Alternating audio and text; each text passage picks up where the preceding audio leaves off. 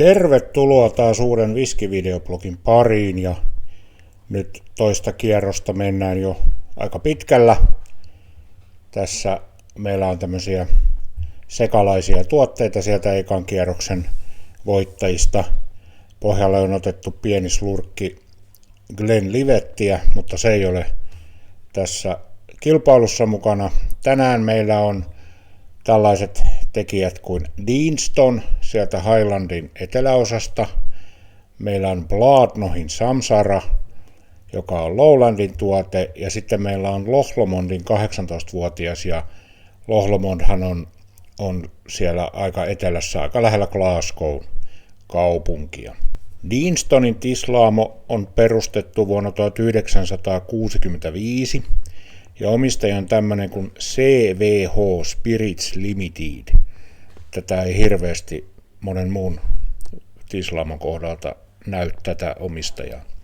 Kapasiteetti on 3 miljoonaa litraa, ja tämä Deanstonin tislaamo on tämmöinen vanha mylly- ja puuvilla tehdas, ja se on aika saman näköinenkin kuin vaikka Tampereen seudulla tai Forssan seudulla olevat tiilirakennukset, eli aika poikkeava viskitislaamorakennuksen ulkonäöksi. Tämä myllypuuvilla tehdas on perustettu jo vuonna 1785. Deanstoni tekee aika paljon myöskin luomuviskejä, ja se on siitä erikoinen. Tynnyrit on tyypillisesti, niin kuin tässä meilläkin, niin bourbon ja amerikkalainen raakatammitynnyri. Bladnoch on perustettu 1817, eli yllättävän iäkäs, olin vähän yllättynyt. Omistaja on tämmöinen kuin David Prior, ja hän on australialainen jogurttimokuli, eli on Australiassa rikastunut jogurteilla ja sitten päättänyt ostaa yhden tislaamon Skotlannista, ja se on nyt sitten tämä Bladnoch. Ja kapasiteetti on 1,5 miljoonaa litraa, eli on noin puolet siitä, tai kolmasosa, mitä aika monet Skotlannin tislaamot ovat. Tämä tislaamo oli kiinni vuosina 1993-2000 ja 2014-2017, mutta nyt sieltä taas tavaraa on tullut sen 8-9 vuotta. Näitä viskejä on tyypillisesti kypsytetty bourbon-tynnyreissä ja sitten tämmöisessä Kalifornian viinitynnyreissä, todennäköisesti punaviini, miksei valkoviinikin. Loch Lomond on perustettu vuonna 1964 ja se on yksityinen.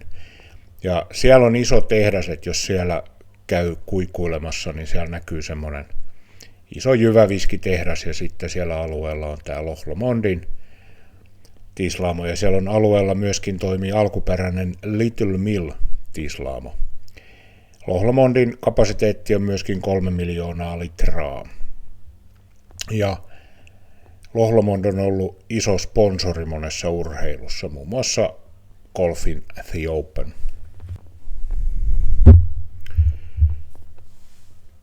Deanstonin väri aika tumma.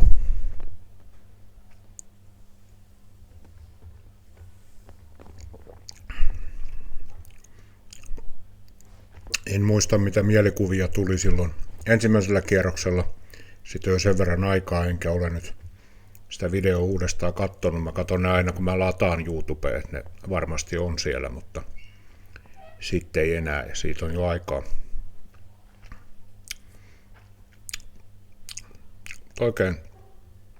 Oikein hyvä sellainen hunaja tulee mieleen ja vanilja. Tänäänkin on suun neutraloinnissa kaurakeksiä ja vähän mallasta. Alkoholitonta krispiä.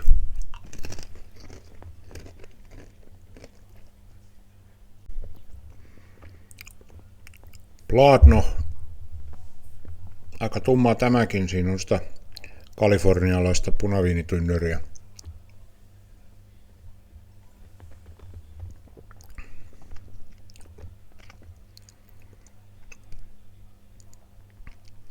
Huomattavasti karvaampi maku, paljon matalampi maku kuin tuossa Deanstonissa.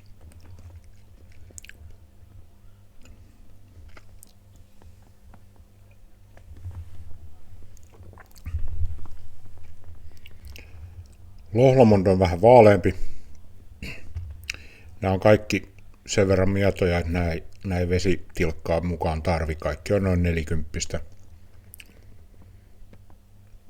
Ei tarvi olla edes volttipuolueen jäsen, jotta voi jättää veden lisäämättä.